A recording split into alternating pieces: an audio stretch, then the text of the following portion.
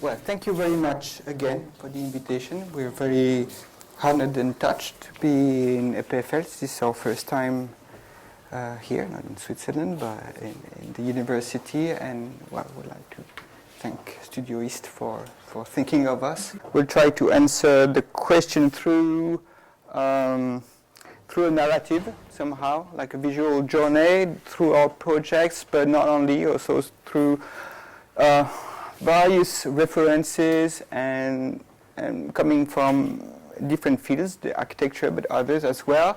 And we'll try to explain what this title, this Archaic Modernity, means to us, and how it came as sort of a concept, more or less, sort of a fuzzy idea, actually not such a long time ago. As a start, we would like to say that architecture, probably as we all do it, is very much influenced by, questions of design and construction, of course, but this is very much influenced by more general questions, ideologies that we embrace or that we refuse, and big questions, like the environment today. These are the things that really shape us and our own way of looking at things. And when even I started 15 years ago, somehow there was that big question, mostly in the social sciences, which was, can we revive modernity? There was this big question, can we sort of reuse, if we could say, or resurrect modernity that was supposed to be dead since the 70s? Like just as if modernity was an old rusty machine, and you could change some pieces and add new ones, and then you can start the machine again for something better, like for a second modernity, much more intense, much more reflexive than the first one. Because it was true that modernization had never stopped. Planes were going faster, cities were growing. So we were quite excited about the questions, and we started looking at all the theories, and there were all these new prefixes such as hyper-modern or retro-modern or alter-modern, many theories, and we didn't pick any of them. But we thought maybe we had to find our own narrative. And that's where the archaic thing comes from. We're looking what we could put before modernity. We thought that all these new narratives were okay, but they all meant that we were much more clever than the ancestors. So we didn't so much agree with that. But because we thought modernity was more like an unfinished project, we didn't think that there was necessarily a beginning and an end to it. It was more like a very long sort of tradition going through centuries, and maybe not so much like a period of time, but more of a particular way of considering the world. And we thought that there were moments in the actual historical modernity that were much, quite different from the heroic modernity that we learn in books. And that's what we call the archaic modernity, with thinking especially of moments where, during crisis, where, in history where there was still an impulse for novelty, but not with the same sort of brilliant and progressive spirit behind it. So we thought that in history there were very different kinds of modernity that we could try to raise, to explore, because they hadn't been that much explored as part of the official narrative of modernity. We'll try to go deeper into that world. So we thought, of course, it's quite an abstract idea. So we thought, okay, what comes close to that archaic modernity?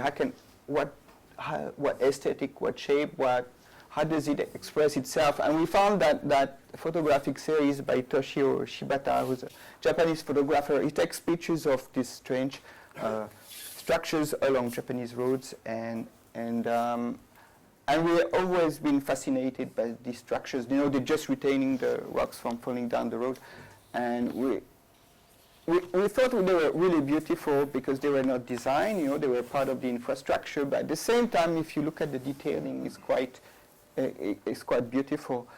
And there was another strange thing that we were very attracted by, is that we didn't know whether they were like, as you said, modern grids, or if they were like romantic ruins. You know, we thought they were somewhere in between these very two opposite concepts, because here, for instance, you don't know if the water is rising and the grass maybe tends to cover this grid, and maybe it seems to disappear, to destruct, to regress. And maybe it's the opposite. Maybe, you know, they're building more and more grids, and they will cover the entire mountain. So we thought there was this tension that for us was quite similar to that idea of this archaic modernity, that is not necessarily aiming towards the future, but is more a more introverted kind of modernity, a much darker side of modernity. You know, having these tensions. You know, like we use the idea of adolescence. You know, where you're in between two ages. You don't know whether you want to progress or whether you want to regress. In French, we say une tension entre le progrès et les regrets. So play on words. In mind, these two figures that we thought we were looking for when we were searching for reference images between those grids and sometimes the grass growing on. You know, we're quite fascinated by these kinds of objects that you have in the landscape, and you don't really know for sure why they're here, because they're not used anymore. They seem to have lost their purpose, and at the same time they have gained a quite poetic identity. First project, well, it's probably hardly a project. It's more like a kind of a small bush, but it's actually part of a larger infrastructure network that you don't really see because it's underground infrastructure. It's a gas infrastructure of the cities, and this is, you know, these small elements that pop up from time to time that you see in the cities, you see in the suburbs. Usually they're kind of small concrete blocks, you know, full of graffitis. And here we said, like, okay, we have to design and integrate this small black concrete box in this neighborhood. And we said maybe we should try to, a bit like Peter Smithson proposed, kind of create a ruin in reverse. The idea was that the building should erect as a ruin. So it's kind of a strange idea, and you hardly see the project now. It's just you see a bit of the concrete elements here, and then it's a metal mesh that's spanned with this white structure, metallic structure, and then the ivy slowly grows on top of the building, and kind of hides it. And so, I mean, it was kind of a statement to say we don't want to design a project. We want to kind of start with a ruin in a way, but you still see this structural element that's still present, part of the architecture. And because we were working on this technical projects, we were contacted by a company that makes data centers. It was kind of a virtual site. It was kind of a concept, but they wanted to install the project in different locations in France. So of course we had in our kind of collective set of images the movie Tron. It's one of these first Disney movies that that talked about the informatic world, and had a kind of an aesthetic also was quite interesting.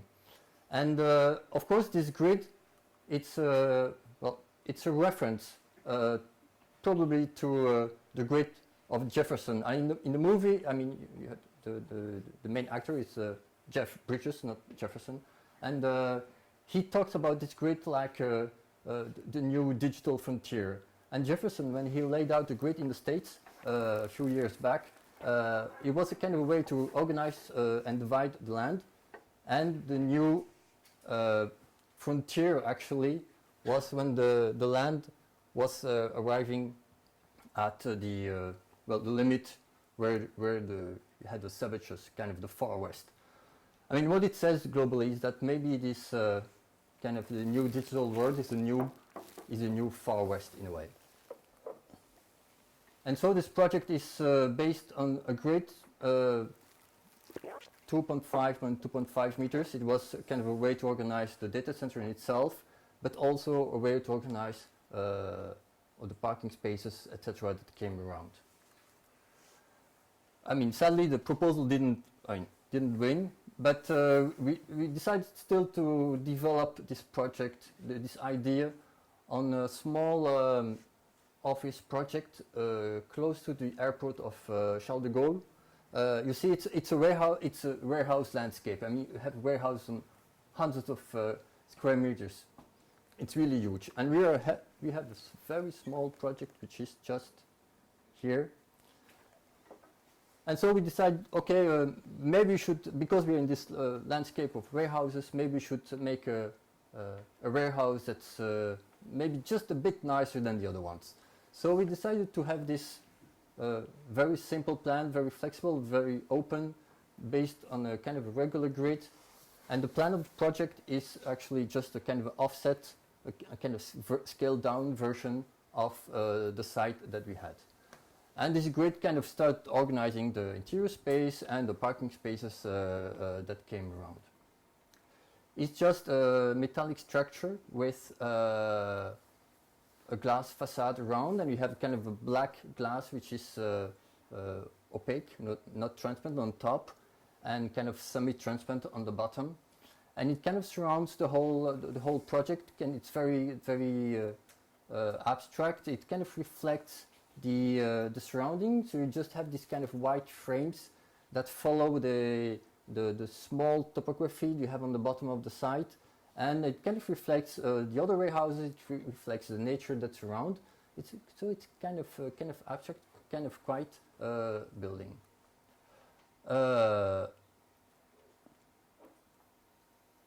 And in a way, we thought that, okay, if we start laying out the grid on the side, it kind of started to organize how we organized the fences, how we organized kind of the nature, and maybe that even the trees that were surrounding the site kind of entered this organization and this grid system. Shortly afterwards,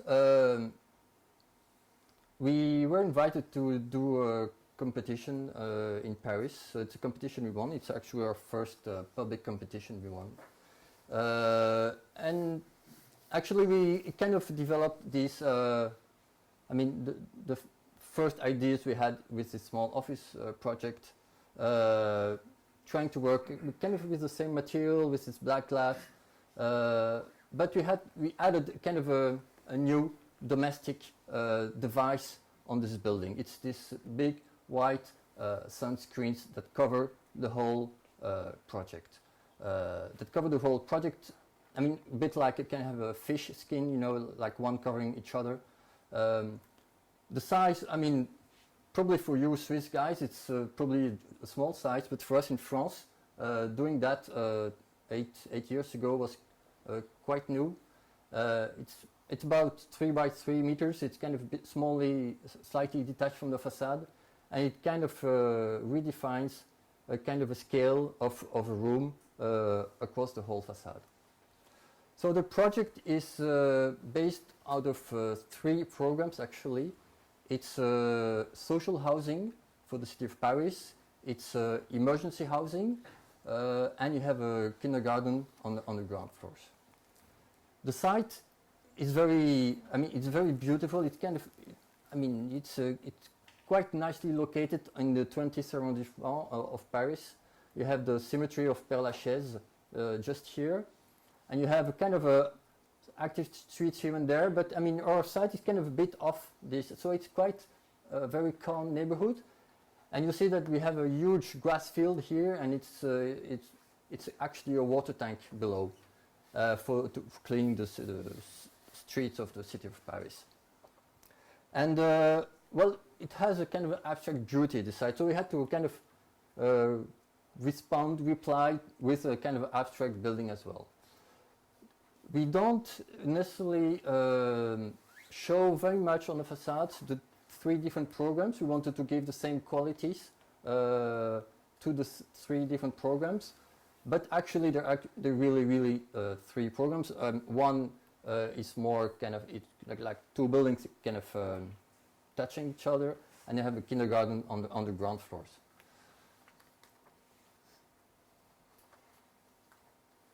The project is very compact. During the competition, we had a proposal from the client, kind of made a kind of first layout of the project, kind of made a L-shaped building, and we decided to make it as compact as possible in order to, on the south side, make the largest garden we could.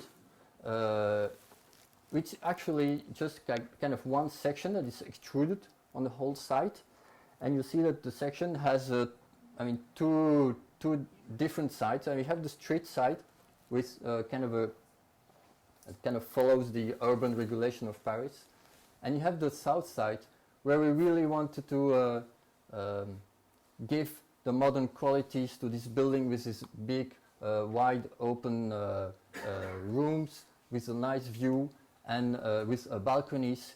And so we decided to cover the whole project also with these sunscreens at the end of the balcony to give some extra space, and then control the kind of co-visibility with the neighbors, and of course control the sun. So it's a project, you know, when you have all the remote controls, you can do that. You can close the whole building. It's quite fascinating because it kind of makes it completely abstract. Today, I mean, it's not a building that's kind of, people have the remote control now, so they can close them themselves. They kind of hide their activity and show them as well. So it's really kind of a nice relationship of a building that is kind of showing itself and hiding itself behind these huge curtains. One quality we really wanted to give inside the building is have the 2 or 3 orientations per apartment, and also maybe on the top floors, have this relationship to the Greater Paris, with the city of Paris, because you have, even bathrooms can have incredible views. Can take you have a bath tube here, so you can have a bath and see the city of Paris. So for social housing, for us, it was a very important statement also.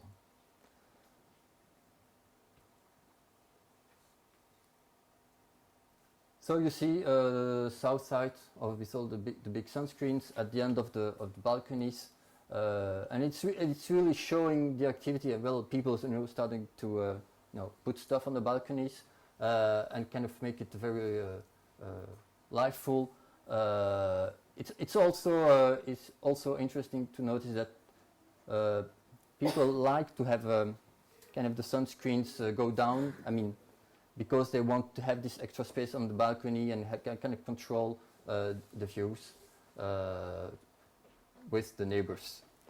We need to go deeper into that archaic thing, and because archaic, if we try to be more precise on the definition of what we mean by that.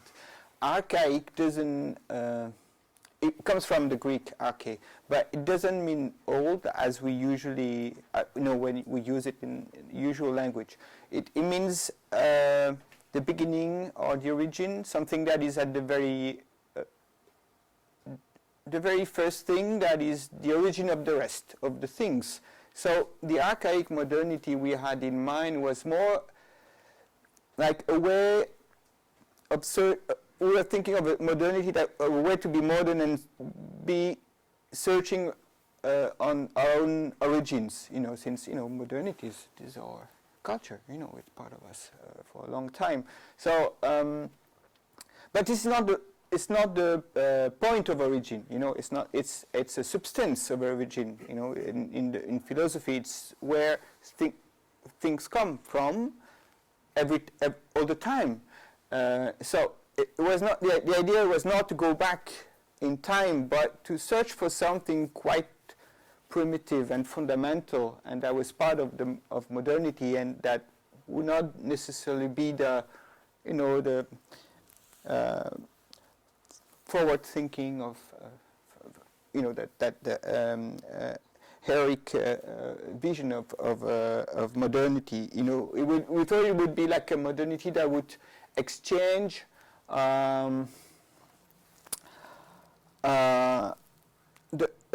it's the desire for conquest to go somewhere else for a more interior quest. So where else could we go? We thought that there was one specific figure that we did like, and we talked about it a little bit earlier, which was the infrastructure. And this is a trip we did, actually. It was actually before quite a number of projects through Europe, through motorways, 3 months road trip through gas stations, and it was a photographic survey. We had a grant for that, and we decided to take photographs of the same items, the same things repeating themselves along the motorway. And there were basically two, you have, for instance, car park at the back, the logos, the signs, of course, the restaurants, the totems, the CCTV cameras, etc., etc.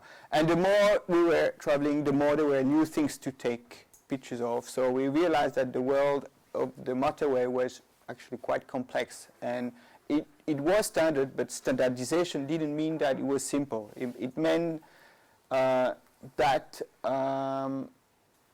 for us was quite appropriable. And what we wanted to say is that the more you stay, the more you see the differences. So we thought that there was a quality in that generic identity, because we realized that social activities were quite intense. If you stay at night, because we had to sleep on the service areas, but there's a lot of things happening there, and most of them are quite illegal. And I won't go around, but this is really a place where things that can not happen in city centers and gentrified city centers, where they happen here, everything. And we thought maybe this is this generic character that makes, maybe it gives more freedom.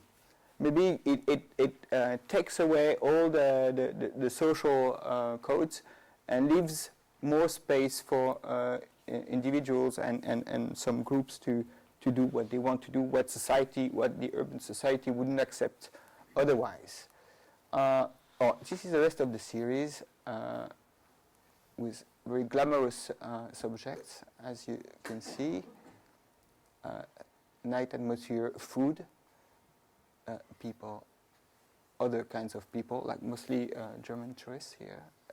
And we after that, we were asked to write a short story. This was the only one. We never wrote a story afterwards. It was way too complicated. It wasn't our job. But we drew on that experience on the motorway to draw, to imagine a story. So we're a big fan of J.G. Ballard. So if we imagine story based on one of his Concrete Island novel. So in Concrete Island, it's almost the same, except the reporter has sort of a 30 years old architect. So it's pretty much the same, except our young reporter decides to stay on the motorway in the end. He never goes back to his normal life, because he finds more freedom driving from station to station, and even though he had to to hand in his report, he just decides he will not do it. So we made some collages on the way just to imagine where we were. So that's sort of a part of the imaginary that we raised from an exploration of motorways. And this is our latest project, actually. This is a school complex where we sort of drew from this visual material as part of our own architecture, because we thought that it would look a bit like a gas station, even though the context is very different, because we thought that there was something quite a beautiful abstractness and maybe also a temporariness of the architecture that, for us, so responded to the actual site, which was the former Renault factory site in the middle of Boulogne, which is a very bourgeois city, and we thought the contrast was quite. We wanted to keep the contrast between the industrial site and the very Parisian atmosphere that you still have in the district. The school actually sits in a very urban context in this triangle shape plot, and it unfolds as a sort of a spiral. The square, which is actually a triangle, is actually lower, and then you climb on I don't know. Up. This is the first playground. This is middle playground, and then first playground on top, and the building unfolds, and this is the top of the building, and this is where we situated a gymnasium, which is part of the school, but also accessible to the locals for concerts or things. Whenever the school is closed on weekends, on holidays, the gymnasium is accessible because it's got two entrances. You see the slightly the glazed facade when you can almost see the gymnasium inside. And then this is the interior. You see that it is equipped with a super cool sound system, so you can do anything, like just not sport inside the building.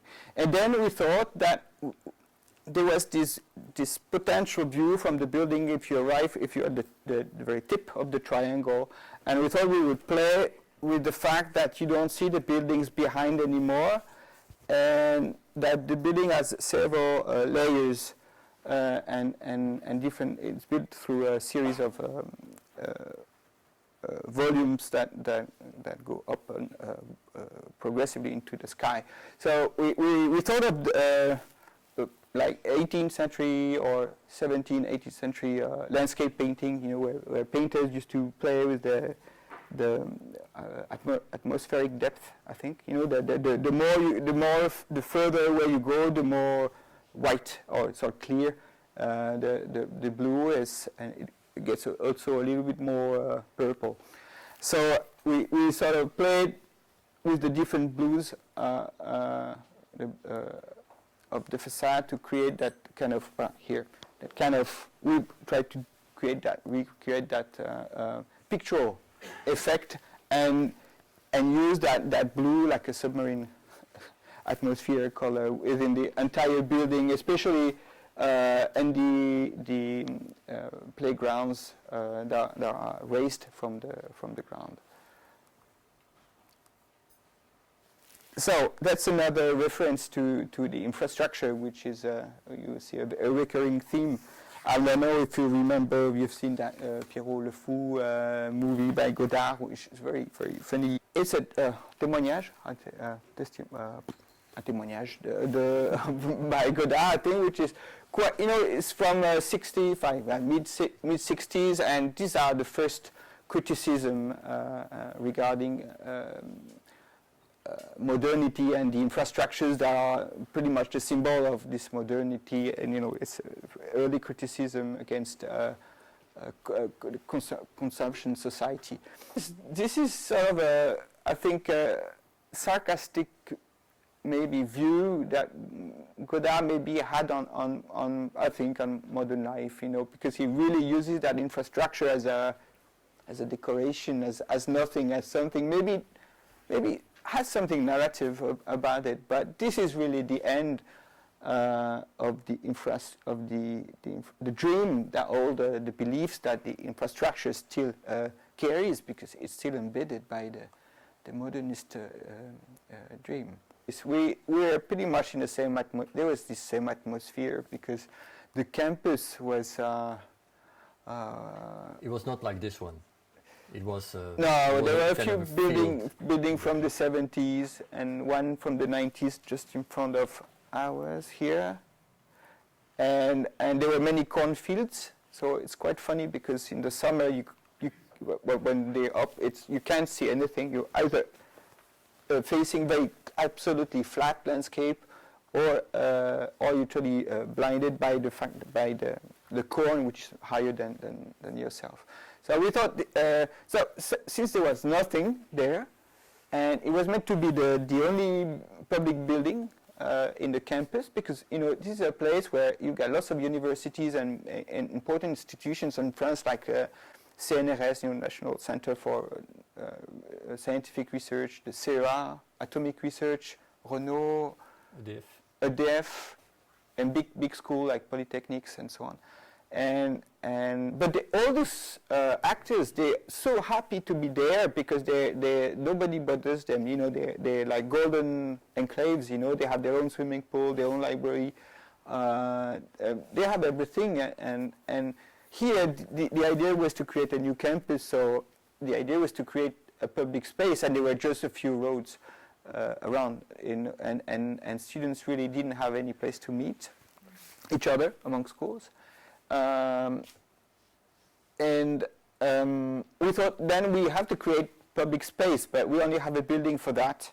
So we will try to, we did actually create a little bit of a square, but we thought we would take that square and repeat it from floor to floor till the roof, which would be accessible 24 hours a day for playing basketball. So the idea was pretty much to build a shelf, really a very basic building meant to host a collective restaurant, a few sport activities like weightlifting, dance, and there's a cafeteria, and there's of course outdoor sport spaces on the roof. This is pretty much like two public infrastructures or equipments merged into one. So it's a pretty technical building, in fact, quite complex, and we had a very small budget. So the idea was say, okay, let's not build everything, and let's keep that that part. This one was supposed to be meeting rooms. So we sort of argued that oh, we'll do them later. Which was a nice way to leave it open, and the main device, the main figure of the building is actually a stair. It's a staircase that goes from, I don't know if we have a section. Yes, there's the staircase with we imagine that it would be like a vertical street. People would be on the road and then find the big stair and just climb up until the roof. And for us, this was the idea to imagine a building with no main entrance, since all the activities can be accessible independently. There's no main entrance, so anybody can close or open at any moment of the day, so they don't bother each other. And the objective was to keep the building as open as possible. Like we thought 24 hours would be the best. I'm not sure it's open 24 hours a day today, but each space has the maximum flexibility to be open. We thought would be like it's a very small building. It's 200 square meters, enclosed space. So it's not 200. 2,000. Sorry. It's It's 2,500 inside and 2,500 outside. Yeah, it's half actually. full, half inside, half outside, and compared to the OMA building that was on the side, the OMA building was, I think, 120,000. No, I don't remember. Anyway, it's much bigger. Yeah, 20 times. 20 times. It was like, we thought, OMA is winning a competition. We'll be at the back. When they take pictures, we'll be here. So, but of course, it's quite intimidating as well. When you know that you'll be on OMA's pictures.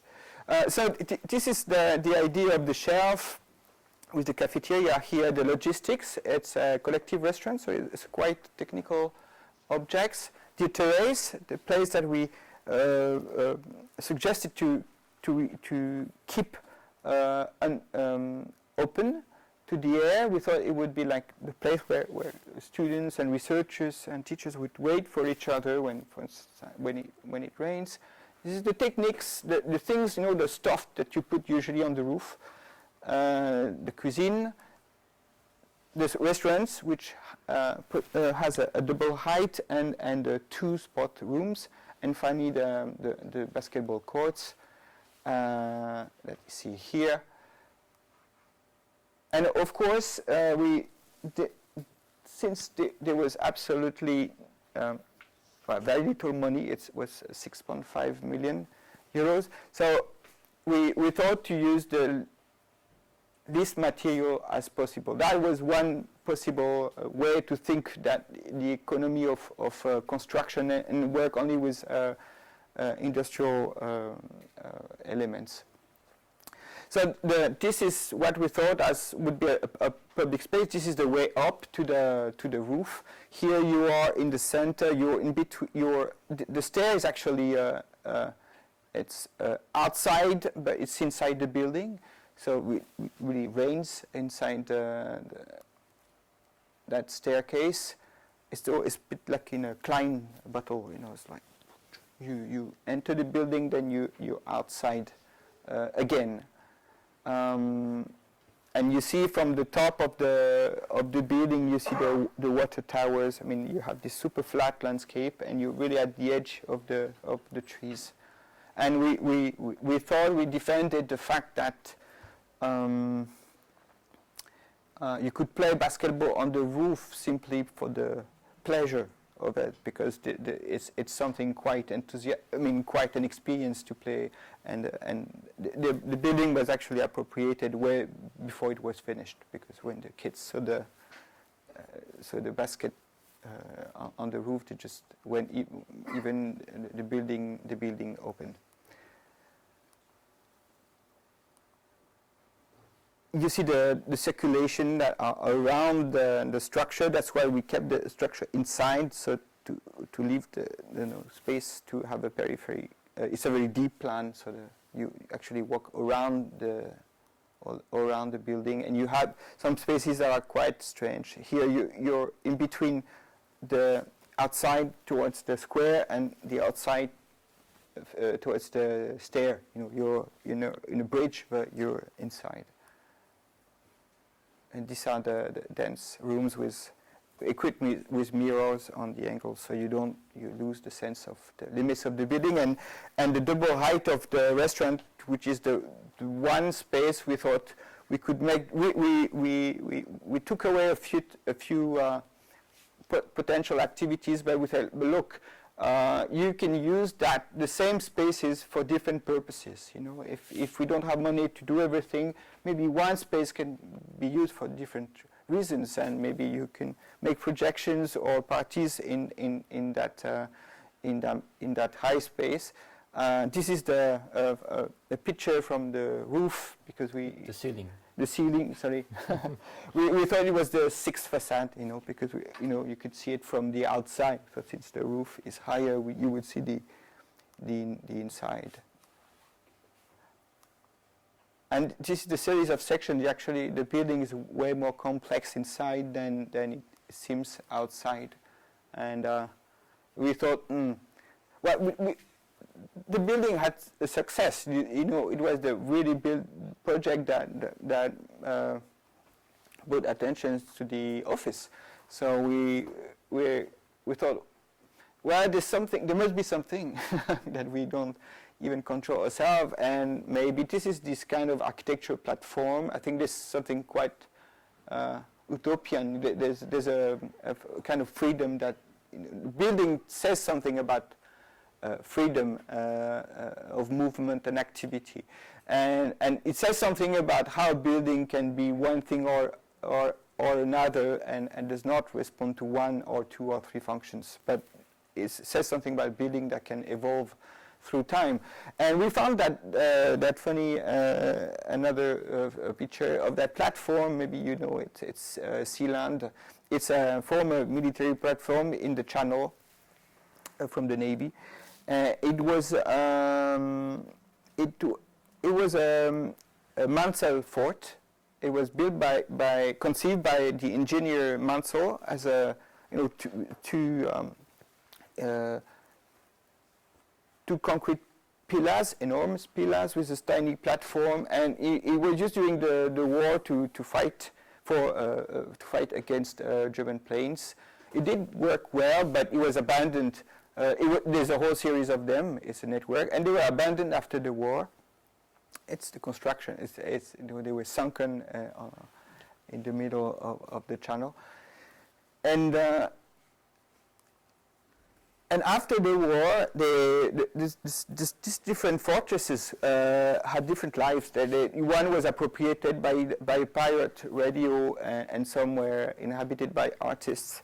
And this one was appropriated by Major Bates, who was an ex-army officer, who realized that this platform was part of the international waters. It didn't belong to England. So he came there with his family, and he declared the platform as his own country. So it was a micronation. They invented the flag, the money, the passports. They distributed they sold actually many passports. They had everything of a country, and the project was very known in England, in Ireland, because it made the headlines, of the newspapers of the time, because it was attacked, it was pushed. There was so many stories about that place. We have even met people who actually bought the passports, and that's Major Base with prince and princess of the Principality of Sealand, and this is where they turned it into a quite libertarian infrastructure that really threatened even the Navy. They were attacked by the Navy. So there was that funny story. I think the story is interesting because it really shows how a building that is an infrastructure that is meant to defend the nation turns into exactly its opposite. It becomes like an object that threatens the nation, and simply, I think by its architecture, we thought that that kind of, it's a kind of architecture that provided, architecture played a role in that totally change of function through time. So we thought, let's do more platform buildings. Yeah, we did a few. And, the first one was this one. It's a media school in Brussels. It has this particular triangular shape because it's not just because we liked triangles. Because it kind of responded to the functions, and it's kind of you had larger functions, studios in the basement and the ground floors, and on the higher you get, you would get smaller functions. So the site, it's a quite interesting site. It's close to the highway that goes into Brussels, and you have all the Belgian TVs that are there. So this media school, has a quite interesting location. In between this, you have the French TV, you have the Flemish TV, And so this school is quite located nearby these two new buildings that were going to be built. So it has two faces actually. It has one face which is quite flat, kind of a big screen, a kind of a big billboard towards a park, and you have one side which is more kind of this kind of steps on the back side, kind of a more domestic side towards the housing and offices that were on the other side.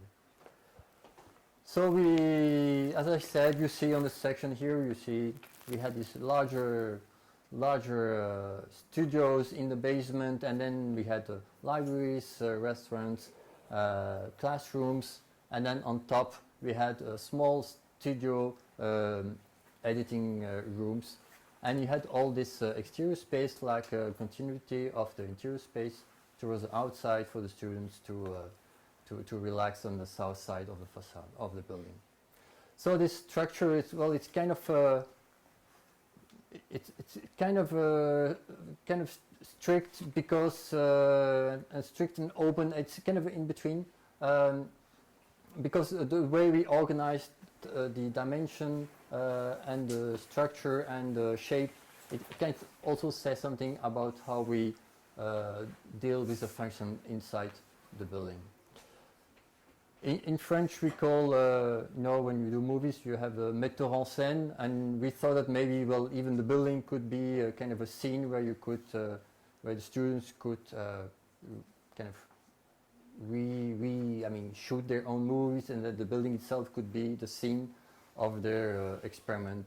And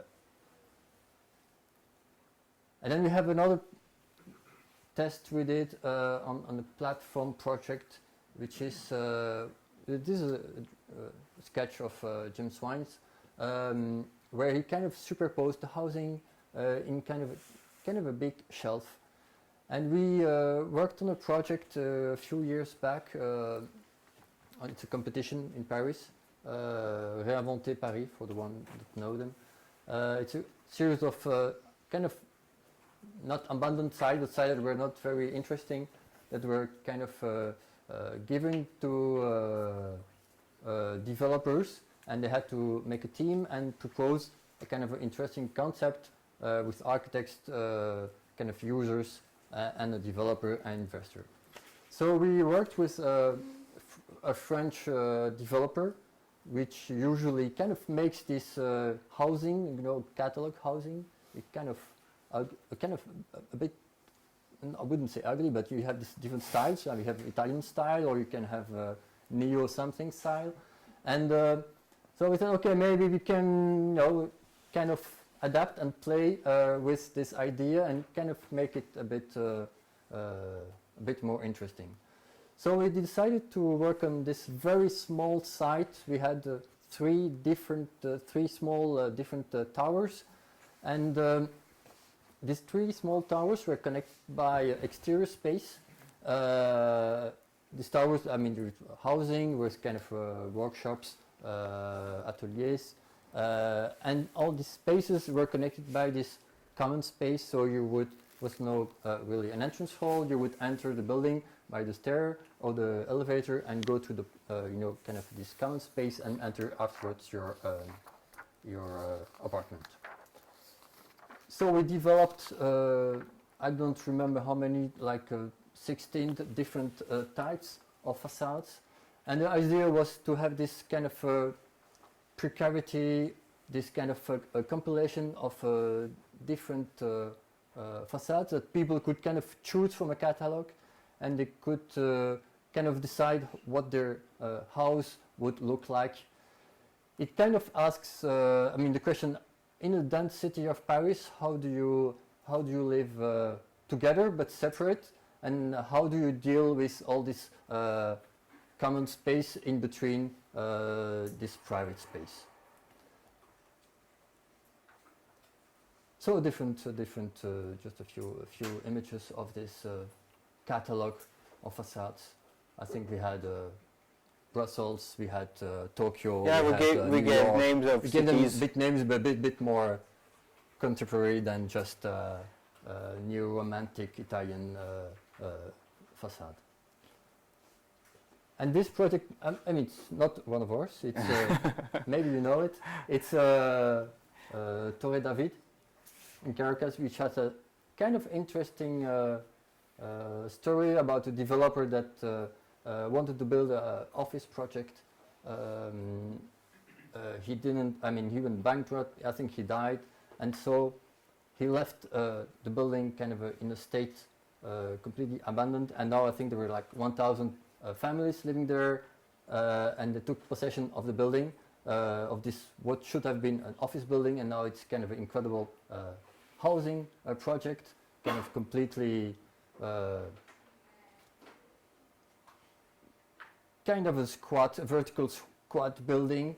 But anyway, also, I mean, the socially, it has also kind of a social rule in between all different people living there.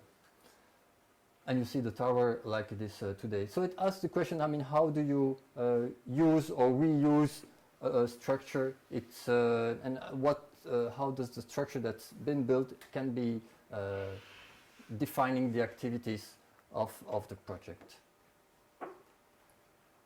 I mean, we talked about romantic rules. We talked about runes in kind of in reverse. In reverse with Smithson, and we would like maybe to introduce a third kind of rune. Maybe what you call the runes of joy. A kind of a it refers to maybe runes that are not necessarily pessimistic, but maybe have still kind of a very optimistic side of it. For instance, we think about projects that are not finished, and for instance, this Saclay building, which maybe, I mean... No, we thought it would be so nice if we could stay like this. We took the picture because we thought, oh, great, look, we did love the building as it was, and we were hoping that, you know, it could stay like the Torre David because it had more potential. It had a... It was not finished. And yeah. That's what we liked about this, this idea, that the project, I mean, was not finished. It still had the potential to evolve. And of course, it reminds us of a particular moment during construction phase where, you know, you have the kind of the concrete that is finished. You have not yet the whole facade, you have just the concrete of the project, kind of a structure.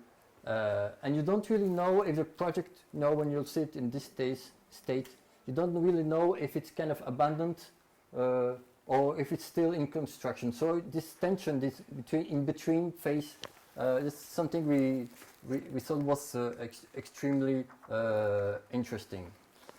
For this project, I mean, this is a project for a school we did close to Paris, and you see the structure also kind of defines the architecture in itself. It's a structure that is kind of very low in the ground. It's because it had a kind of a huge grass roof on top of it, so it kind of almost kind of half in the ground and half above the ground.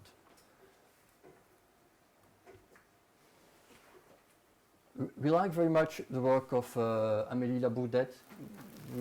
I mean, she took pictures of buildings or infrastructure elements in the south of Italy and Sicilia. And what we like very much about this project is that, I mean, it's like, you know, they're put on pause in a way. So construction has been paused on one moment, but we believe that, you know, maybe they still might go on one day. And so, I mean, these structures are quite beautiful, and we see them not like a ruin, but we see them like, we don't see them like an abandoned ruin. We see them like a project that just on paused, and that will be continued on later on.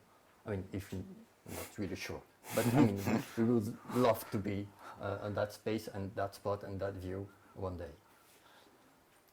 And of course, you start thinking maybe there were some buildings through history that kind of were built as a ruin that still was not finished, a project that still was not finished, like for instance this project of Le Corbusier, or maybe this project of Watanabe, which was, this is the new version. There was an old version before that kind of was almost going to be demolished, and that kind of reborn with this nice pinkish color. Well, the same. So as a conclusion, the concept we wanted to get at is this idea of these runes of joy. It's a strange name. In French we say les runes joyeuses. It sounds better to us, but joyful runes doesn't seem so good. The idea was we thought was try to conceive a building that is a start and not an end. There's an expression in French in terms of legal expression which says guarantee de parfait achèvement. Parfait achèvement, yeah, a perfect achievement. And we thought, why don't we imagine a perfect an achievement? Like perfectly ready for another life. What we thought of the Torre David is a very famous example. We thought, hey, look, this is the life that the building.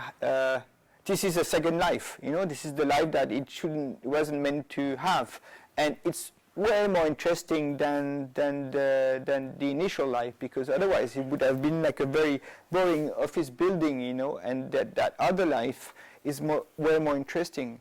And also that life didn't happen because the building were just free, were just neutral. It became because the structure somehow called for this new use, and we thought maybe what's interesting in these different pictures of ruins is that they're just not neutral space, they're just not like open office spaces. It's just that you can do anything.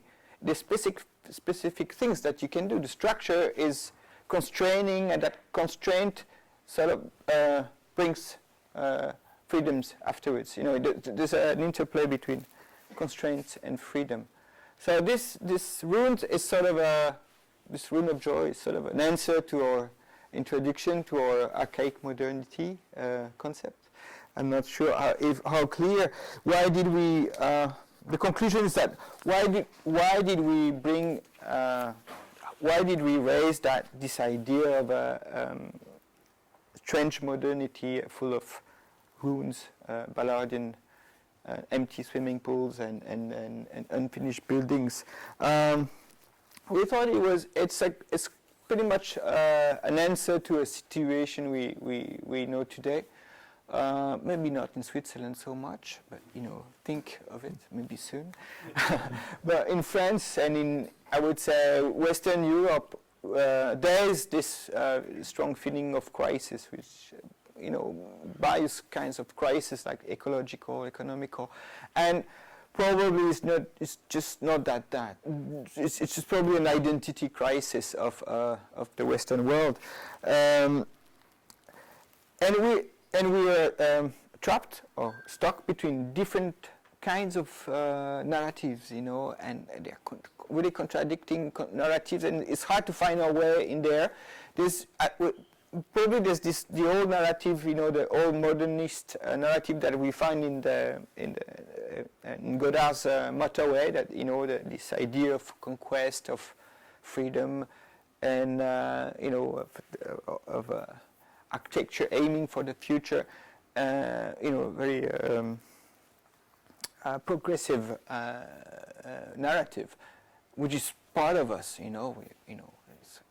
It's part of a tradition now, but there's another narrative today, which is very much about the end of the world, about the apocalypse. You have lots of discourses that call for austerity, for degrowth, and it's hard to find our way in between those two. There's more, I think, discourses, but it's hard to find a way through these different discourses that some pretty much illustrated here in this exhibition. So we thought that probably we are in a moment of crisis, but moments of crisis are not bad. They can be very interesting art-wise or intellectually. We thought of the various moments. We talked about the latest building by Watanabe. It was post-war Japan. It was a very sad moment in Japan. But then there was this new energy coming through the young architects, and there are other moments like in the Viennese fin siècle or début siècle as well. The turn between 19th and 20th century. This moment that Prof called the joyful apocalypse there was a joyful apocalypse, but there was also a strong a lot of novelty among intellectuals in the arts. It was different from the Western modernity. Klimt was, drawing pregnant women. It was dark. Kokoschka also. It was much darker. Loos as well. They were quite a strange mixed period, and with conflicting ideas. And we thought of also of post-war Italy with the realist cinema. After the war, the Cinecittà was occupied by the Allies, by the English or the Americans. I'm not sure which ones, and filmmakers couldn't shoot their movies anymore. They didn't have any money, so they went outside in the streets. They took amateur actors and started shooting in the cities and dealing with social questions and so on. And a new cinema was born out, not out of this new modern means, but out of maybe a scarcity of means. So we thought that narrative that we're sort of trying to construct for ourselves was sort of a proposition to deal with this tension in a joyful way. And to remind ourselves that all these moments of crisis that we have seen through the history of modernity have often been very intense moments of artistic and intellectual emulation. Thank you for your attention. Thank you.